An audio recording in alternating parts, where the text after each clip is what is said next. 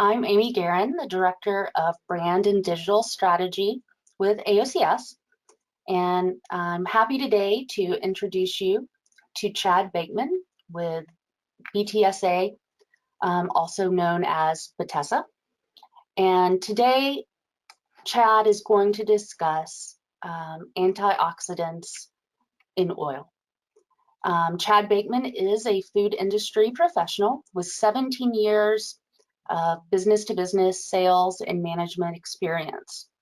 He has crafted business opportunities and relationships in the bakery, beverage, nutritional, meat, poultry, and feed sectors, creating and inspiring new teams, partnerships, products, and entrepreneurship is his passion.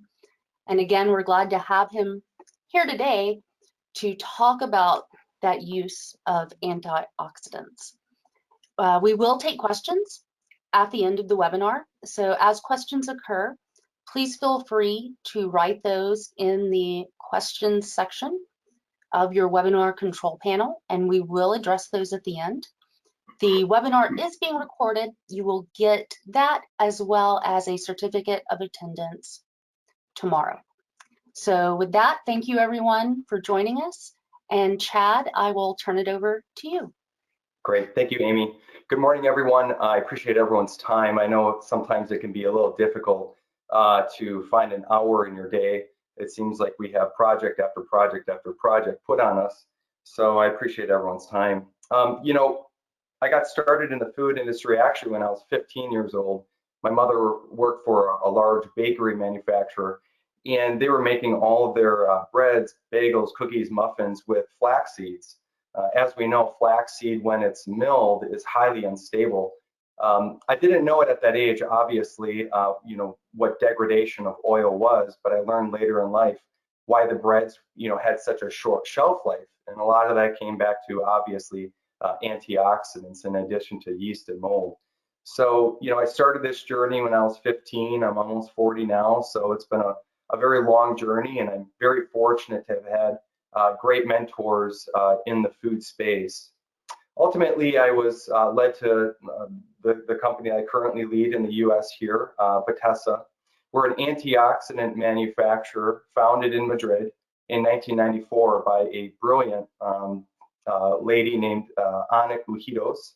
And her passion is really to bring natural antioxidants for food, nutrition, cosmetics, pet foods, etc. And it's been a pretty wild ride. We know that, you know, oil is included in many of the foods that we enjoy, and so as part of that, it's a very large opportunity to really help the space and make products better, have longer shelf lives, etc. So, you know, I'm really thankful to have this opportunity to share more about our company, but also to talk about, you know, if you're having a problem with oil, there are solutions, and we'd be happy to help you along the way. Certainly, there's many suppliers within the space, so the resources are pretty profound. Without further ado, let's get into the presentation. So these are the learning objectives that we're going to have, and you know, I'm just going to get right into it because we wasted a minute there. So let's look at the marketplace, oil and fats. You know, there's been a continuing trend to replace some of the more unstable oils with palm oil, and that growing trend actually has helped make products a little bit more stable, but we still see a lot of oils that are going to be oxidatively relatively unstable comparatively. And those might include soybean oil, sunflower seed oil, certainly some peanut oils can be unstable. Coconut oil is fairly stable. But as we see here, there is a growing trend to use more and more oils. It certainly is not something year over year that is decreasing in consumption. And as part of this, our business has grown significantly, and the study or the necessity of studying oils and their various characteristics keeps increasing. Let's look at the auto-oxidation process, because I think this is going to dive into the heart of the matter. So oxidation is an undesirable series of chemical reactions, right? And it's self-propagating. It involves oxygen that degrades the quality of an oil, which results in rancidity, off flavors, and smells. We certainly know this when we open up a packaging and we can smell, it kind of smells like paint thinner a little bit. Immediately, we can tell that the product has gone rancid. Consumers pick this up fairly readily. Certainly animals do, our pets do, and it's something that is a challenge for the food industry. Still to this day, I open up packaging that I wonder how it was released from the manufacturing setting. So it's definitely a major concern that we have. And the oxidation progresses at different rates depending on various factors. So temperature, light, especially if we have packaging that we can see the product, availability of oxygen. So again, there's different types of packaging to have it as a barrier to oxygenation. The presence of moisture, heavy metals, and of course, as we referred to previously with the commodity oils, the type of oil. So is it polyunsaturated versus monounsaturated versus saturated? You know, having my start in the food industry working with polyunsaturated fats, I can tell you that they go rancid extremely quickly. Milled flaxseed is a great example of that. Fish oil, milled chia seed, anywhere where you're going to find polyunsaturated fats, you're going to find rapid progression of oxidation. And so the process of oxidation is really an auto-oxidation process. It starts first with the initiation phase and continues into the propagation phase. And I think the key takeaway when we think about antioxidants and the auto-oxidation process is that we really want to add an antioxidant before the initiation phase really even has a chance to begin. So a lot of times when we're working with manufacturers, they'll say, well, where in my process should I be adding it? Well, before your process. So maybe at the manufacture of the oil, perhaps right when the oil comes into your facility and it's put into a bulk tank, that would be a great place to add it. And so you really want to add that antioxidant before the initiation phase starts because it is self-propagating at that point. Another way of looking at this could be a linear picture that we have here. So here we have the initiation phase, and the initiators include UV light, oxygen, metal catalysts, and heat. And think about food processing, right? There's going to be light available for oil, usually. There's going to be oxygen because you're going to have open containers, open bags. You're going to have milled flour that's readily available for oxygen. Metal catalysts are pretty much everywhere. Take the water that we have in our facilities. If there's not a spec sheet on your water for metals, heavy metals like iron, nickel, magnesium, zinc, etc. If there's not a spec sheet on your water, you really don't know how much catalyst you're adding to your product batch to batch. So I typically talk to manufacturers about going all the way back to the beginning and looking at all the raw materials because metal catalysts can sometimes be hiding in the water that you're getting perhaps from the city. And then of course heat is a natural part of food production. So when we look at measuring oxidation, because this is really key with understanding what we're dealing with, everything from raw materials to work in process product to finished product can all be tested for measuring oxidation in order to affect our products to have a longer shelf life, better sensory for our consumers. And the three main values that we're looking at any given time in a general lab setting could be peroxide value. This is the most common test for early stage oxidation, and we'll show why that is. Anisodine value, so this is going to include oils that are already degraded with a low peroxide value, and then Totox value used in conjunction with AV. Now, peroxide value is the primary stage of oxidation, which measures hydroperoxide. Typically, the lower the PV, the better quality, generally speaking. In a general sense, we're looking at 3 milliequivalents per kilogram or less. Extremely rancid oils may have a low PV. It is a bell curve, as we'll see in a future slide. But generally speaking, when we're working with manufacturers, we're trying to identify what their standard is of the oils that they're bringing in. So if a manufacturer comes to us and they say, well, what should the PV value be of the oil that we're bringing in? And there's different degradation PV values for various oils, but as I mentioned before, generally speaking, less than 3 is acceptable, 3 to 6 is moderate, and generally above 10 can be unacceptable. Now, the secondary breakdown products include anisodine values. So this may be a secondary stage that occurs when hydroperoxides decompose to form carbonyls. And let me close this screen here, 1 second. Carbonyls and other compounds such as aldehydes. So just like PV, lower the value, the better the quality of oil. Equal to or less than 30 in marine oils is typical, but the market may require as low as 10. Typically, aldehydes give oil a rancid smell. So this may occur even when PV value is close to 0. You may open up a bag of product that's highly oxidized and smell the aldehydes readily. And so typically, anisodine value is used in conjunction with PV to determine the stage in which the oxidation has occurred, as we'll see. And then TOTOX value is calculated by an equation of AV plus 2PV, so to indicate overall oxidation state.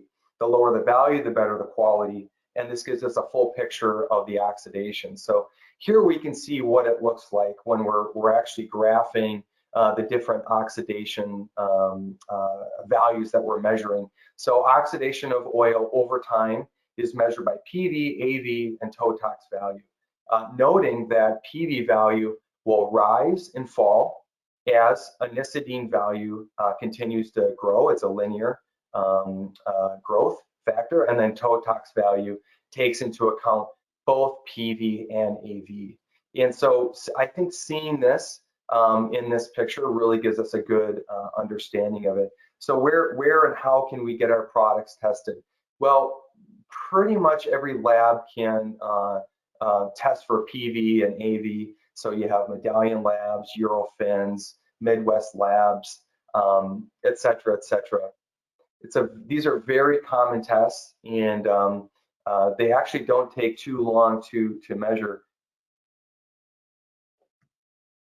So when we look at other oxidation measurements, we're looking at the acid value, so measurement of the free fatty acids.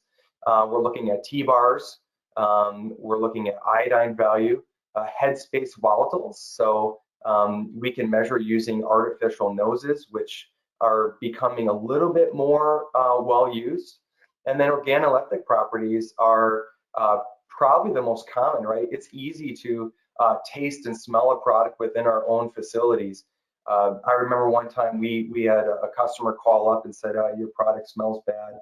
And it was very easy to go into the factory, and at that time it was milled flaxseed, and smell the batch of product that they were referring to. And by opening up the top of the bag, there was a lot of headspace in there. We could easily smell that the product had gone rancid. So sometimes, taste, sight, smell, and touch will give you all you need to know that the product has gone rancid.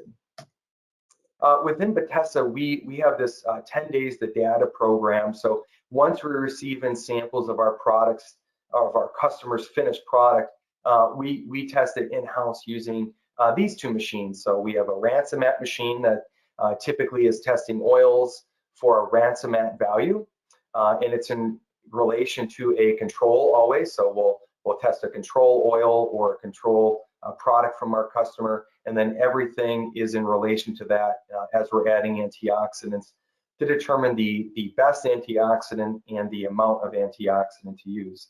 Another machine that we have that is steadily becoming more well-known and used is made by Anton Parr, and it's a rapid oxy machine. What's great about this is that in the top chamber here, you can pretty much add anything, whether it's oil or solid material. Take cereal as an example, or pet foods or grains. And in this chamber, we can add it and increase the temperature, add 100% pure oxygen and pressure. And as soon as the pressure drops by 10%, that indicates that the product has become oxidized. And again, same as Ransomet, we're testing multiple products in relationship to a control in order to understand one very key thing. That is what antioxidant is the best and at what level gives us the best return on our investment. With that, the customers can have confidence in which antioxidant to use and at what level, all within 10 days of us receiving the samples. I think that that's a pretty good value-added offering that our company has. Certainly our competitors have similar offerings. And so I think the point of the matter is that, you know, the suppliers in the industry of antioxidants, if they're well tuned with your needs, are going to be able to offer you testing as well. So preventing oxidation is key. This is the heart of the matter for today's discussion. How do we prevent oxidation? Well, the number one thing is temperature. This is by far, temperature is the fastest growing catalyst when in conjunction with oxygen, right? So temperature and oxygen are going to lead to a faster initiation phase and self-propagation. And so then we can add in other factors that do contribute, less so, but also do contribute. So light, getting back to what packaging we're using, this is why we have, you know, tremendous new technologies within the packaging world and smaller windows for us to view the material inside. Moisture is certainly a catalyst, and metals. So for antioxidants, when we look at a primary antioxidant, these are really hydrogen or electron donors. And what they're doing is they're sacrificing themselves. It's almost like a soldier at war jumping on the grenade and you know, saving all of it, their counterparts. That's what we have here. So the antioxidant is jumping on the free radical, donating an electron to it, and preventing it from damaging the rest of the system. This is the main mechanism of a primary antioxidant versus a secondary antioxidant. And when we look at antioxidants, we have different types. So we have synthetic and we have natural.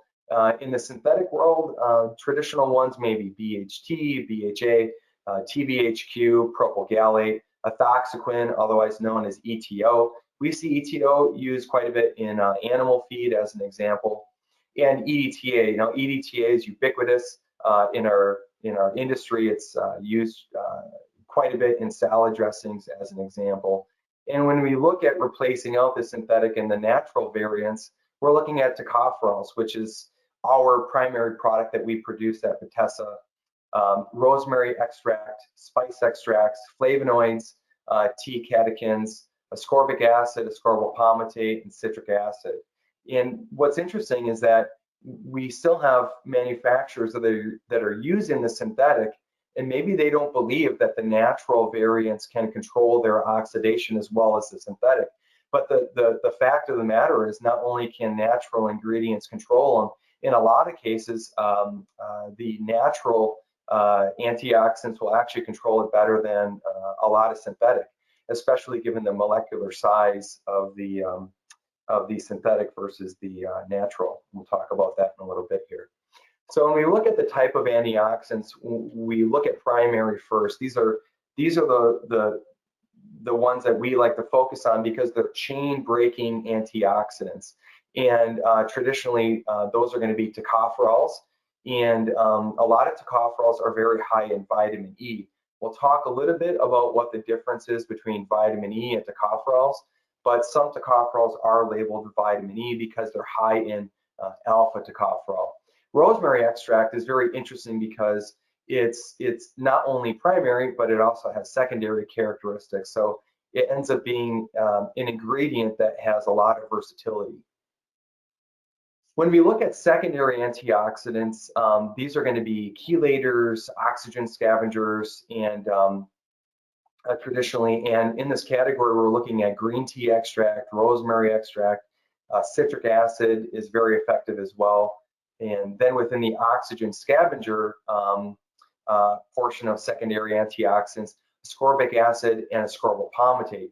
We traditionally like to use ascorbyl palmitate for the most effective antioxidant blend because of its regenerative properties. So spent tocopherol regeneration, it's a very interesting subject. So not only can tocopherols prevent the oxidation from starting in the first place by preventing the initiation phase, we can add in secondary antioxidant to replenish the ability of tocopherols to continually donate an electron. And that's really what green tea extract and ascorbyl palmitate helps do. So within BTSA, I want to kind of share how we get what the ingredients are that we have by looking at extraction methods. So going down the process of looking at, well, how are tocopherols made? Well, there's different methods and there's a reason that it matters. So at BTSA, we are really dedicated to producing everything using a short path molecular distillation process versus a solvent extraction process. And it's important to understand this because ultimately it's what leads us to advertise and market and talk with our customers about the value of using natural distillation versus solvent extraction. Solvent extraction is really separation by using insoluble solvents. It's selective in its degree of separation. The phases are hard to mix and harder to separate. And so when you're using solvent extraction, what that really means is that you're losing a lot of the natural properties of the oil in the first place, and that really matters with the efficacy of the antioxidant. And so we consider solvent extraction a process that we really don't want to promote within our company. We try to focus on distillation. What's good about that is that we can really control what it is we want to keep and what it is we want to eliminate. And within our process, we're able to keep a lot of the natural phytosterols and monoglycerides and keep a more effective amount of the tocopherols present. And so when we look at what we're distilling, we have the choice between soybean oil extract and sunflower oil extract. And these are really DDO. So these are the essentially in the sustainability world, this is something that the processors of soybean oil or sunflower oil may not need anymore. So it's the distillate product that's left over from their extraction process. And what we do is we take that and we distill it further in order to give us the properties that we're looking for within our antioxidants. So let's take a look at sunflower here. So sunflower oil is traditionally about minimum 65% alpha tocopherol. Now, we know that as vitamin E. And soybean is much lower in content than sunflower oil. This is a very good representation of why a lot of customers that purchase sunflower oil mixed tocopherols from us choose to label the product as alpha tocopherol. Beta, gamma, and delta tocopherols, these are the primary antioxidants, tocopherol portion. And so why is beta and gamma tocopherol lumped together? That's because when tested under gas chromatography, they have the same molecular weight. What we can see here is that soybean oil is far higher in beta and gamma tocopherols than sunflower oil. So traditionally speaking, it has a better cost, it's more effective, etc., than sunflower oil. And delta tocopherol is extremely important with preventing the oxidation process. And again, we can see here that soybean oil has a higher content than sunflower oil. Now, it may be easy to look at this and say, well, you know, in every product that we have, it should be safe to say that soybean oil, you know, or soybean, you know, oil-derived mixed tocopherols exceeds the antioxidant capacity of sunflower. but that really isn't the case. And this is why we always go back to the data. We have found in some cases where sunflower oil derived mixed tocopherols exceeds the function of soybean. And traditionally, we have found that in nut butters as an example. And so, you know, we want to look at the distillation stages that we have for several reasons. We want to understand, you know, what happens when we distill and distill and distill to the products chemistry. We want to understand, you know, what the how the distillation matters in relation to the cost of the material. And this is a pretty good representation of that. And I think I just exited again. Let me go back here. Sorry, everyone. Okay, I hope that that's better now. And tell me if you can. And so within the distillation stages, this is a pretty good representation of our process. I hope you guys can see. Tell me if you can't, Amy. So we first start with our whole soybean oil extract and whole sunflower oil extract, and we move into our first step of distillation. And this is really important because this is where we found the most efficacious product. We call it tocopherol. So in 1992 to 1994, Anna was testing new distillation equipment in Spain and sending it out for testing. And the interesting thing that she found was that if you don't over distill the product, you end up getting the highest efficacy of the antioxidant that she was producing. And the natural chemistry of our tocopherol product line, which is our top selling product, contains a very good balance, which we're going to show you in a little bit here.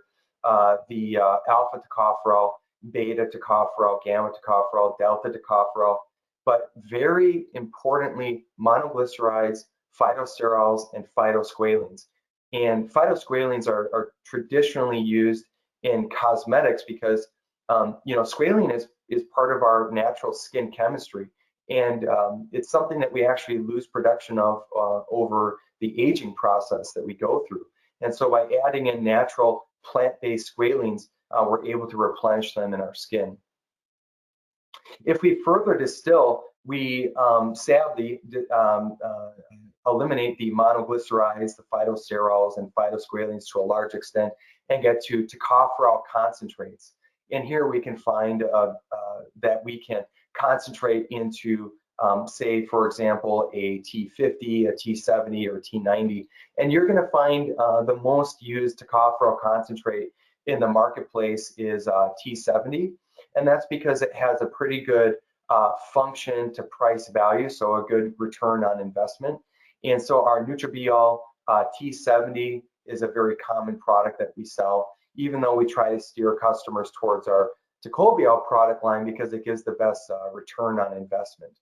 If we further distill, we can concentrate our product into a natural form of alpha tocopherol, which is vitamin E. So we're one of the only producers, there's only a handful of them in the world that naturally produces distilled alpha tocopherol.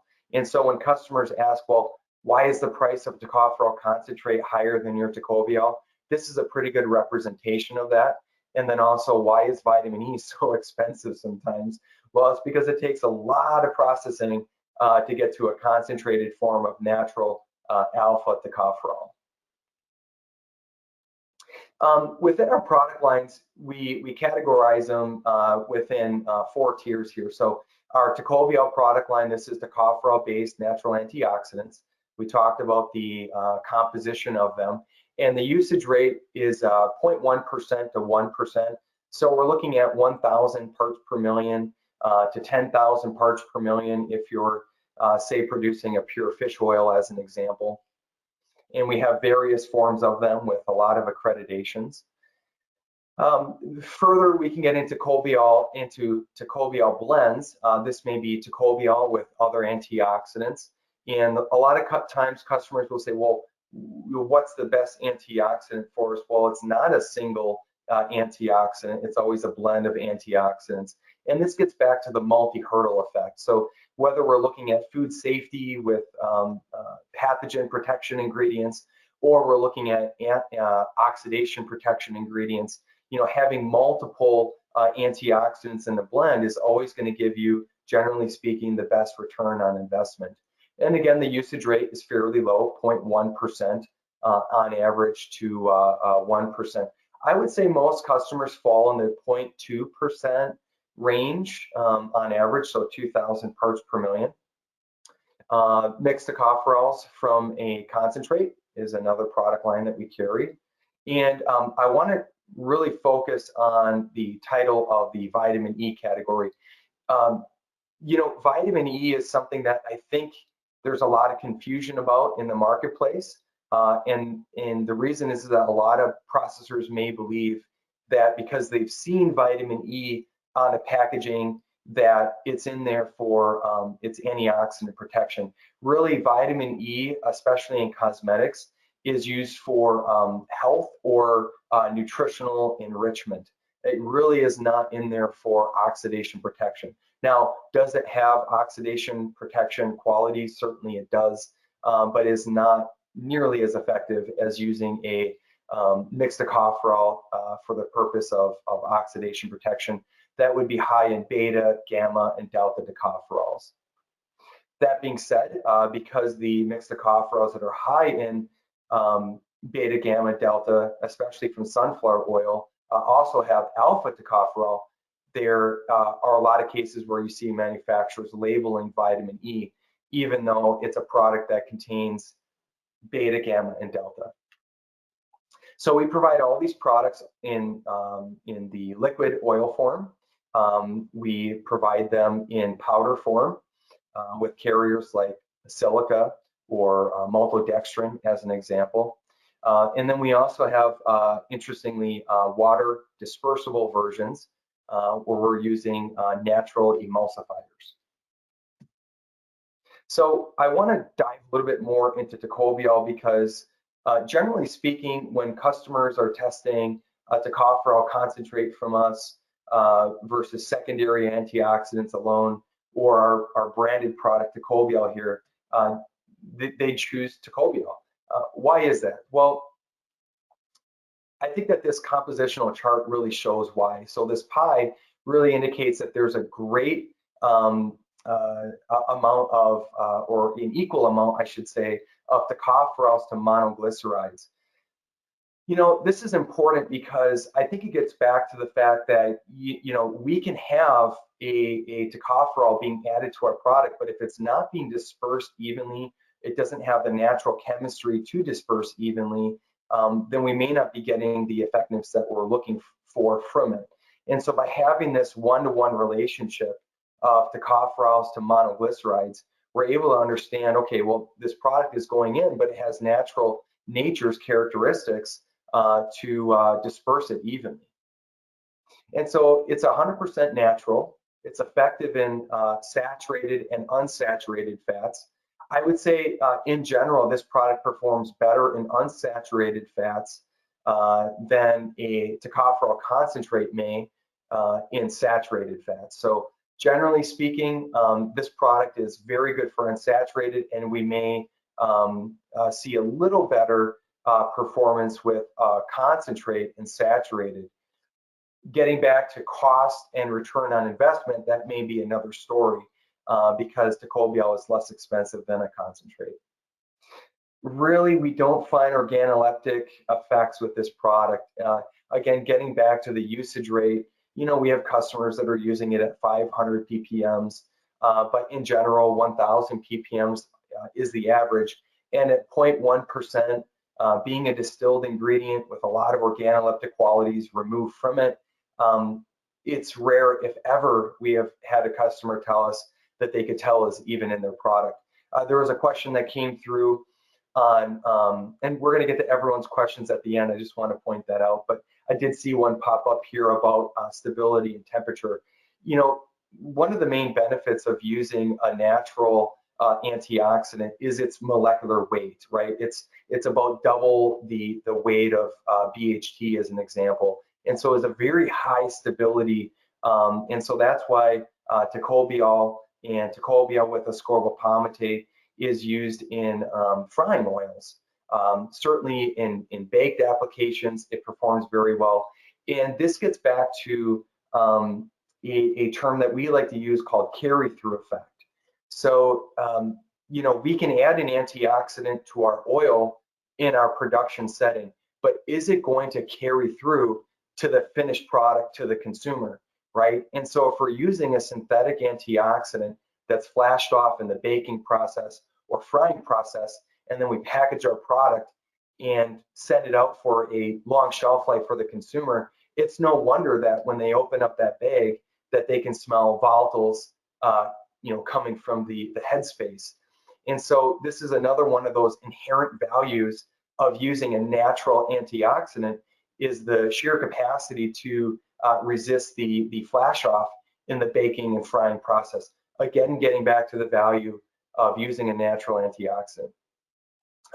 The other thing about tocopherol and you know, mixed tocopherols that are naturally produced anyways, is that they're organic compliant. Mixed tocopherols is accepted under the NOP guidelines. We are very proud to be project verified, non-GMO. So, you know, selling into retailers like Whole Foods, that can be very important. And it's clean label, especially if you're buying a sunflower version and labeling it as vitamin E. And we have all the other accreditations as a producer, like kosher, halal, non-GMO. We follow the Global Food Safety Initiative, GFSI, food safety standards with the accreditation of FSSC 22000. And so when we're looking at return on investment, you know, getting back to that matter, because cost is everything, right? Yeah, you know, we're looking at the activity. So the machine that we like to use for oils anyways is Ransomat.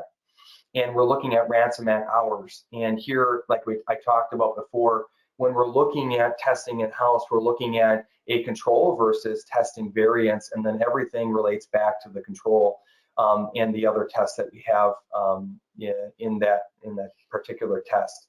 And so tocopherol here, as an example, in soybean oil with 1,000 ppms added is going to be about 8.3 hours.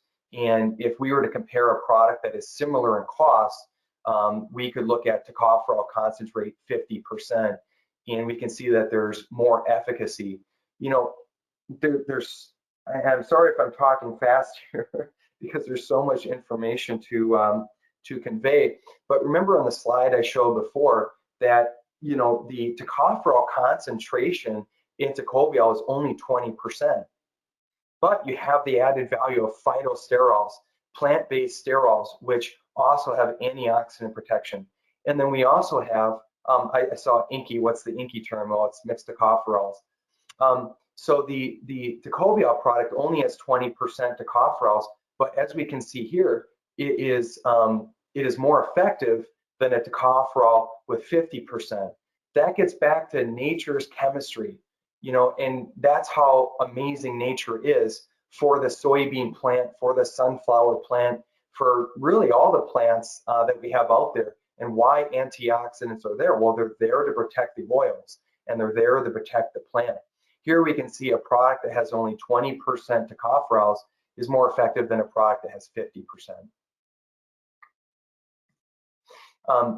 I want to talk a little bit about the value of blends briefly. And so if we look at, I see that we have a spelling error, I think a spelling error, rancid mat. Yes, maybe that's correct. So I think that there's an added D there. So Ransomat hours, we can look at sunflower oil with antioxidant added at 1,000 ppm, soybean oil, and fish oil. And what we can see here is that our tocopherol plus L70 product, which has ascorbyl palmitate added, outperforms all the other variants that we have. And again, that gets back to the regenerative properties that ascorbyl palmitate has, the chelation properties that ascorbyl palmitate has, etc., as a secondary and regenerative antioxidant in combination with a primary antioxidant. We've also found that green tea extract, so our Tecobia XT product line, outperforms the blends that we have with rosemary extract. And again, you know, there's different types of rosemary extracts, there's different types of green tea extracts. So when we look at, you know, these tests, certainly they can be, I assume the word could be manipulated. We can manipulate these studies in any way that we want, but that's really not what we're trying to do here. We take a very potent, high quality rosemary extract. We take very potent, high quality green tea extracts, and we're looking at return on investment. So we're looking at cost and what makes sense for the industry. And also we're looking at organoleptic qualities of the various rosemary extracts and green tea extracts.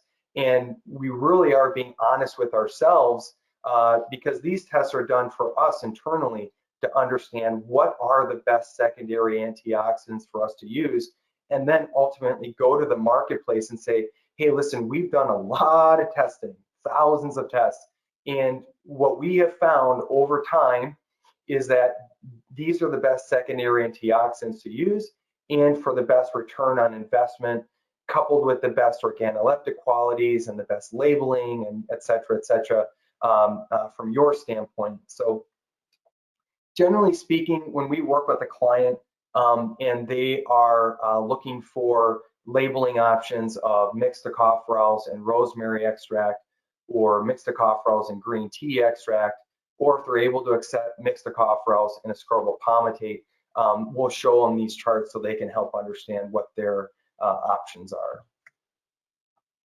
So, you know, as I mentioned, we're looking at this from a holistic standpoint. So primary antioxidants that are chain breaking and quench free radicals. Then we're adding in secondary antioxidants that chelate and prevent the metal ions from forming free radicals. We talked about the fact that they're synergistic together. Natural emulsifiers for increased dispersion. Now, we have emulsifiers that we can add in that are natural, but then again, our Tecobia product has 20% by weight monoglycerides, which helps with increased functionality. And one very interesting thing is that, you know, oil can't be used in all applications. There's a lot of applications where, you know, we have customers that are just producing a flour-based product entirely with just water and an oil can't be added, or they have multiple stages of processing and they want to have an oil form added into their oil substrate, and they want to have a powder form added in a different stage in their processing. Take cereal production as an example. Well, one thing that we're able to do at BTSA is have a very high active to powder ratio. So if you look at our active to powder, you know, formulas, you know, we may have 1/3 carrier and 2/3 actives. And that's really important because you may find out there a powder antioxidant mixed tocopherol ingredient coupled with a secondary antioxidant, sometimes like green tea extract or rosemary extract. But you may later find out that the amount of actives in there is really only 35 to 50%. So we're quite proud of our ability to have ingredients that are only 1/3 carrier. What are the key takeaways? So I see that we're at time here, so I apologize for running through all this very quickly, but you'll find that I'm readily easy to get a hold of anyways. The key takeaways are understanding and categorizing the oils that you have. This is really important, you know, to not treat every single oil like it's equal to the other oils that we have in our facilities from an oxidation standpoint. That's really important. So if you can start categorizing your products on a low, medium, and high oxidation instability category, you can then start addressing, okay, the amount and type of antioxidants that then you apply to them. So you may use a standard mixed tocopherol for a low, you may use a mixed tocopherol and secondary antioxidant for a medium and high, and then you may adjust the rate up much higher for a highly unstable oil that you have in your facility. The other key takeaway is knowing the oxidation process and how it progresses. So again, getting back to where are we adding the antioxidant in our processing? Here's a very good example. So I mentioned before, add the antioxidant in early, but also you may want to add an antioxidant in later. So take cereal production. You may add an antioxidant in making the dough, and then it goes through the extrusion and die cutting and flaking and then baking process.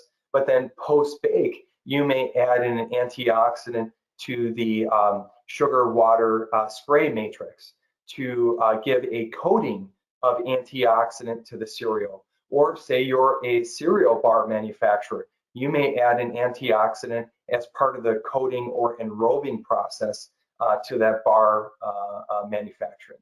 So you can add antioxidants not just in the beginning, but also at the end of processing.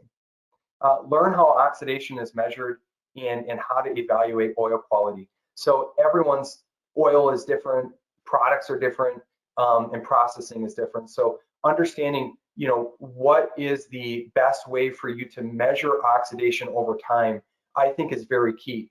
This is, oxidation is not something we should just understand on day one of our business, but it's something that we should measure over time and keep track of, because if something changes, such as say the source of our water, or say we change manufacturers of a certain ingredient that we have being supplied to us, take oil as an example, you may be able to find, oh wow, I have a really big uptick of an oxidation problem when I do this. Well, by having a program in place to measure oxidation over time, you're able to keep control of all your raw materials and your processes. Oxidation prevention and contributing factors we talked about in depth. Antioxidant mechanisms of action. This is something that we could have another webinar on, is the actual individual antioxidants to a more in-depth focus. We talked about the extraction and sources previously, and then our BTSA product lines for oil protection and increased shelf life. So we are, based in wonderful Lake Geneva, Wisconsin, just outside of Chicagoland area. Our email is customerservice@betesa.com. We'll also be providing Jackie's email here today for everyone, and our phone number here, 844-269-2872. But let's get into questions. I'll let Amy or Jackie kind of lead the question portion. Right. And great job. And great job, audience. Lots of engagement and interactions around the questions. We won't be able to get to all of them. But what I'll do is you'll get an email tomorrow that has the link to your recording and attendance certificate. And I'll make sure to put, that email address and phone number, everything in that email, so that should we not be able to get to your question today, you can still get in touch. Yeah, so, and I can actually read them. I can read them right through here. So can hexanol be used as an indicator? Absolutely, it can be. I would use it in conjunction with other oxidation indicators that we talked about, PV, certainly AV. Some of the antioxidants listed are also known to have antimicrobial properties. Have you seen any correlation between oil oxidation and growth of spoilage microbes such as lactic acid bacteria or high acid preservative resistant yeast? This is not an area that we have tested to find correlation. So unfortunately, I don't have a very good answer for you in relation to lactic acid bacteria and high acid preservative resistant yeast. I will say that there is always a confusion on what constitutes shelf life. So pathogens and oxidation should totally be separated. I would never, ever, ever, in my opinion, recommend an antioxidant for pathogen protection or microbe protection. And we get that confusion often. And so we always want to talk with customers, listen, our ingredients are solely, entirely for the purpose of oxidation. Antimicrobials are entirely a different category. They have their own subtle nuances and characteristics to them. So I would never confuse an antioxidant with an antimicrobial and would never suggest anyone here to do the same. The problem of regulatory allowance for natural antioxidants is a challenge in using them as additives. Certainly, you know, meat and poultry is a very good example of that. If you use mixed tocopherols, you cannot use any other antioxidant in conjunction with it, which is a regulatory mishap. And certainly within the FDA realm of food products, there's, you know, regulatory issues around that. Generally speaking, given our product label, mixed tocopherols or vitamin E, and low usage level of 0.1% to 1%, we have not really run into any regulatory problems with our customers. We have a thanks here from France. Thank you for joining. How can we ensure ascorbyl palmitate solubility, and can it be possible to declare AP in our formulations? So AP, ascorbyl palmitate, you know, this is where our key science comes into into play, I should say. Ana Ujitos is amazing. She's a chemist. She's an entrepreneur. She's pretty much a rock star. She's been able to get ascorbyl palmitate in our blends at the highest concentration possible. And so we are able to add them to our Tocobal product, which, as I mentioned before, has monoglyceride in it. Because there is dispersion of the ascorbyl palmitate in our product with emulsifiers, they readily go into oil. And certainly we do need to declare AP as ascorbyl palmitate. Which amongst the mentioned natural antioxidants is the most heat stable? Mixed tocopherols. You know, we've seen up to 500 degrees Fahrenheit stability with carry-through effect. And for most processors, that's more than enough. What is the common level of antioxidant recommended to an oil? It is 1,000 to 2,000 ppm, so that's 0.1% to 0.2%. If it was, you know, Boeckman's bakery products or whatever, Boeckman's pet foods, I would say I would use 0.2%. 2,000 ppms is, generally speaking, the best return on investment for the average product. Is Ransomat that you use to compare different antioxidants and determine the best adding level? Okay, so Ransomat is used for oils in our company, and Rapid Oxy can be used for oils, but it's traditionally used for solid material within our company. And the reason that we love using Ransomat and Rapid Oxy is they're easy to use, they're effective, they give us a great understanding of return on investment. They give us very quick results to understand what our customers need to use and at what level. And like I said before, within 10 business days to receive that kind of confidence, it allows you to move on to the next stage of your research and development process very quickly. And as we know, that's key to launching products. Confidence is key to growth and investment. For which applications do we recommend powder over a liquid one? Well, generally speaking, powders for, you know, a powder application and an oil for an oil application. And as I mentioned before, there's nothing that says you can't use both in conjunction. So you may have an oil coming into your facility where you want to prevent oxidation from even starting in the first place. 1,000 ppms or 500 to 1,000 ppms of a high quality antioxidant added there, and 1,000 ppms of a powder ingredient added to your powder. Thanks for a great webinar. Well, thank you. Do you have an ISO? Yep, certainly. We are Cosmos certified as well, yes. Inky name is mixed tocopherols on our standard mixed tocopherol product line. So yes, we sell a lot in the cosmetics. We are in all the major brands and you know, small indie brands as well. And we have an excellent distributor on the West Coast, Organic, and we have other distributors across the US as well that can also service food and cosmetics and pet foods and whatnot. Can you compare your product's performance and cost against BASF's Coviax materials? Well, I don't want to get too much into the competition world. We have to look at our products in comparison one-to-one in probably a private conversation or email chain. Have you tried other sources for natural antioxidants from oil seeds? Generally speaking, sunflower and soy is the best to look at for sources. That is because of the sheer volume, as I showed in the beginning of our presentation, of sunflower oil and soybean oil being the two largest in conjunction with palm. So, you know, there's so much soy being processed and so much sunflower oil being processed that it makes it the best return on investment for you as a processor to use those as the sources for your antioxidant. In conjunction with those happen to have a high amount of antioxidant naturally present to them, so it makes them ideal for the distillation process. The other point I want to make is that, you know, and Jackie would absolutely kill me, our sales manager here, if I don't mention this.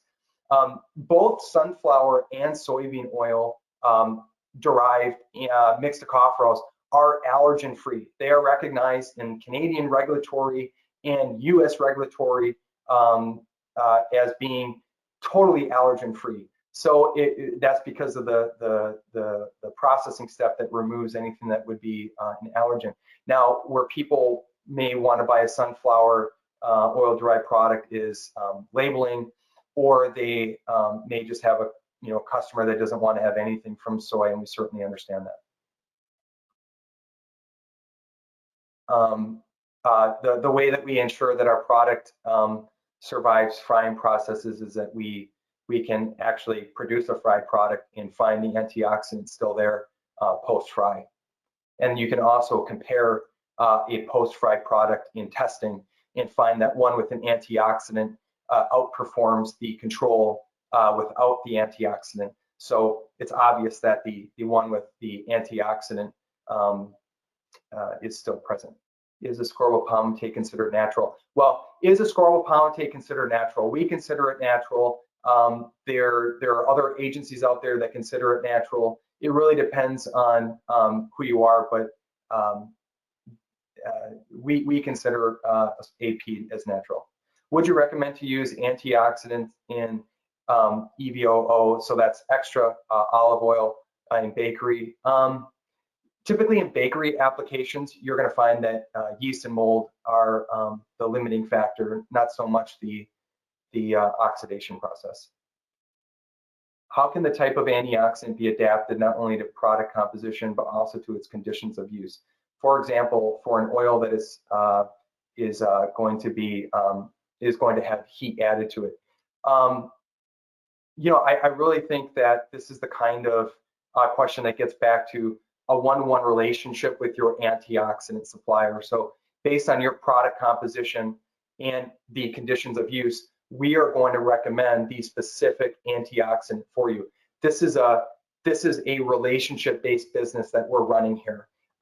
We generally don't like to receive an inquiry for an antioxidant without understanding what are the oils that you're using, what are the processes you're going through, what is the packaging being used, how are you distributing this to your customer, what is the shelf life that you're looking for. All these questions and more get back to what antioxidant you should be using.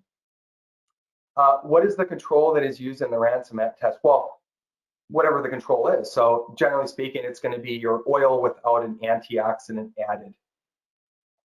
Well, I would not use a synthetic antioxidant as a control because generally the synthetic antioxidant is going to be, test 1 or test 2, and then, it's going to be part of the testing process in relationship to the control that does not have any antioxidant. And that's important because we want to understand what that base oil does in a controlled setting, and we want it to oxidize fast, right?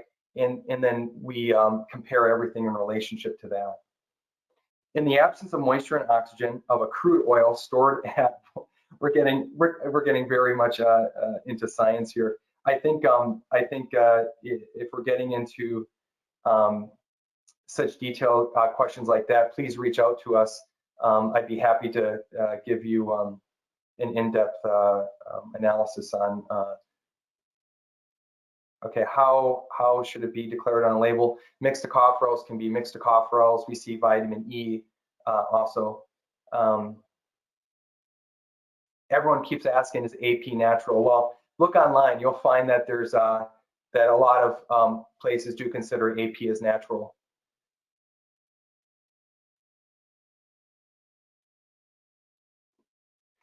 We combine green tea extract in our product, and we make it water soluble with natural emulsifiers. You know, PV value versus sensory, and is there any correlation? Every oil is different, and because of that, as Dr. Doug Beavis will tell us, you know, there's different PV values for different oils that where you can consider it rancid or not. Sometimes you can have a high PV value and not notice anything for sensory, and another product you can have a high PV value and notice, or even a mid or low PV value and notice that, you know, there's significant sensory issues. Again, it gets back to the product and the oil type, etc. Yes, tocopherols and AP are synergistic, absolutely. And the ratio that we have is semi-proprietary, but we'd be happy to discuss with you in person. Which antioxidant do we recommend for fish oils? We recommend mixed tocopherol and ascorbyl palmitate blend. Can we use 10% ascorbyl palmitate? Can you get AP dispersed in your product? That's the issue. Generally speaking, no. That's why we added to our tocopherol product, because it has monoglycerides, and that's what allows it to be so effective with mixed tocopherols, is that it gets dispersed through your product evenly versus having hot and cold areas of antioxidant and no antioxidant. We're getting to the end here. Sorry, Amy, we're going over. What is the best time to add antioxidant? It's right after the seeds are pressed. You're 100% correct in that question. Adding an antioxidant right after it's pressed is the best time. Alternatively, right when you get the oil in. Mixed tocopherols are not an allergen. Which antioxidant has green tea? It's green tea. It's green tea extract, and there's many different forms of it. We have found the lowest flavor, lowest sensory, highest EG/CG content green tea available, and we use that. Can antioxidants be added to a continuous fry or recycle tank to increase the shelf life of the oil? This is such an incredible question. Thank you so much for asking it. You know, getting back to sustainability, this is very, very important. You know, the thing is that frying oils are measured by polar compounds in a lot of places, especially Europe, to determine when they're at the end of their shelf life. We have found that we can have, this is crazy, we can actually extend the shelf life up to 10 to 20 times longer by adding a mixed tocopherol, tocopherol, and other secondary antioxidants with that into frying oils. So absolutely, you can have much longer shelf life of your frying oil.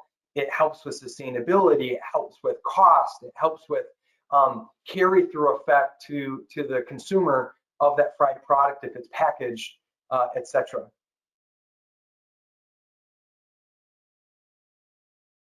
Oh, we have people from India here. Thank you so much for joining. And I also want to mention that that our products are, you know, it mentioned here, the question was which product has green tea? That's going to be tocopherol XT and tocopherol SF XT. We have people from the UK. There's a question here coming through. Do you mean that you can extend the fry life of frying fat? Yes, that is exactly what we're saying. Not only can we extend the fry life of it, I think that what you're saying is that can you have more fry cycles? Absolutely. Not only do we extend the fry life, but we so the fried material shelf life through carry through effect, we extend the shelf life of the fried oil, and we extend the number of times that you can fry with that oil before the polar compound limit is achieved. So, you know, frying oils can, it's terrible to see BHA and BHT used in frying oils. It's ridiculous because that is completely fried off with the high heat, and it's due to the low molecular weight of the synthetic antioxidant. Is your product applicable to cocoa butter equivalent like shea, stearin? Well, there's more fry questions coming through. Yes, it is applicable to that product. Batch or continuous, yes to both. It's used in batch and continuous. You know, think about continuous, the continuous process. Yes, it's applicable in both. Do you have experience in stabilizing? Do we have experience in stabilizing insect oils and proteins? I ate a lot of insects 2 weekends ago. I'm kind of proud of that. I was at a birthday party, and boy, we do not have experience with insect oils, but certainly I can't see a reason why an antioxidant added to insect oils is not something that would prove efficacious. Do we need antioxidants for water-based products? Well, that depends what's in the water-based product that could oxidize. Generally speaking, water-based products do better with water-based antioxidants. And certainly we can work with you to identify which of those you would need. It would also depend on what's oxidizing. So generally, colors are very, very hard to treat from the oxidation process in water-based products. Those tend to prove the most difficult. But we do have partners that can work with you in a water-based product to identify the best antioxidant for it. Please reach out to us. We do have partners that can supply you with those products from us. Any more frying questions? Is your product applicable in shea olein when used in cosmetics? I would refer to our partners for that question. I don't have that answer. I apologize.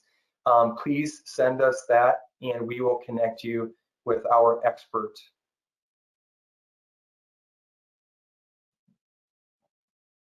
We have time for 1 or 2 more questions if there are any. Looks like we've got one more question. It's coming through right now, and you can go ahead and give that one an answer. Okay, we see RBD palm oil shipped from Southeast Asia, landing here in the US with a high PV value and requiring refining to be applied in food production. Have you done any work to add an antioxidant to palm oil being shipped from Southeast Asia to avoid refining here in the US? We do ship to Southeast Asia. Generally speaking, you will find that palm oil is very stable. I'm concerned that there's a high PV value with the product from there. I would say that that this is something where you'd want to go back to your manufacturer and let them know that you're receiving product with the high PV and spec in a mixed tocopherol. You know, mixed tocopherols are ubiquitously available in Southeast Asia. So I would absolutely recommend adding an antioxidant in there. Do I personally have experience with adding it to palm oil? No, because generally speaking, you know, when we have processors using palm oil, it doesn't have a high PV value. It is fairly stable, and because of that, there really isn't a whole lot of antioxidants being added here in the US anyways to palm oil. So I would work with, you know, Amy, let me answer this last question because it's actually very important too. So on the palm oil thing, I would just say I would work with your processor. I'm gonna answer this one last question because it's very important. You know, how does an OSI, right, in ours, so an oxidative test like rancement and rapid oxy, translate into a given shelf life? Boy, shelf life is one of those things where it's so multifactorial, right? So it really gets back to what's the packaging you have. You know, how are you distributing it? Is it refrigerated? Is it room temperature? Is it on a hot truck? Is it hand delivered? Is it, you know, where is it in the store? How much light is on it? What are the other ingredients in there? I never ever want to tell a customer that, that ransomet hours equates to this in shelf life, or rapid oxy hours equates to this in shelf life. It doesn't. It's all in relation to the control. And that's very important, because in relation to the other test parameters or other test subjects, such as synthetics or other natural antioxidants, we're only looking at, okay, what is the best antioxidant to use? Could be a blend. What is the best return on investment? So the usage rate. And between those two factors, then we can also go back and do, other testing, such as real shelf life testing, an oven Shaw method test that could be correlated back to previous testing that we've done on real shelf life data. It really gets back to the fact that everything we do is a process and understanding over time. And by having a relationship together, and also you internally having an oxidation, should I say, playbook, over time you'll be able to understand, how does ransomet correlate? How does rapid oxy correlate? How does PV correlate? All these different factors are going to give you an understanding of what to expect in the real world, given all these other metrics as well. So all I can say is that we really have to look at this from a holistic standpoint. Thank you. Appreciate that answer, as well as your hanging with us to answer all the questions we've gotten. Great presentation and great webinar. For the attendees, like I said, I will include some contact and follow-up information. I'm sure as you kind of process what you've learned today, that more questions might come about, or follow-up questions. So I will put contact information in the email you receive tomorrow, so that you can reach out. But thank you, Chad, for joining us and for sharing this information with us today. Thank you all. Have a great day. Have a great day, everyone.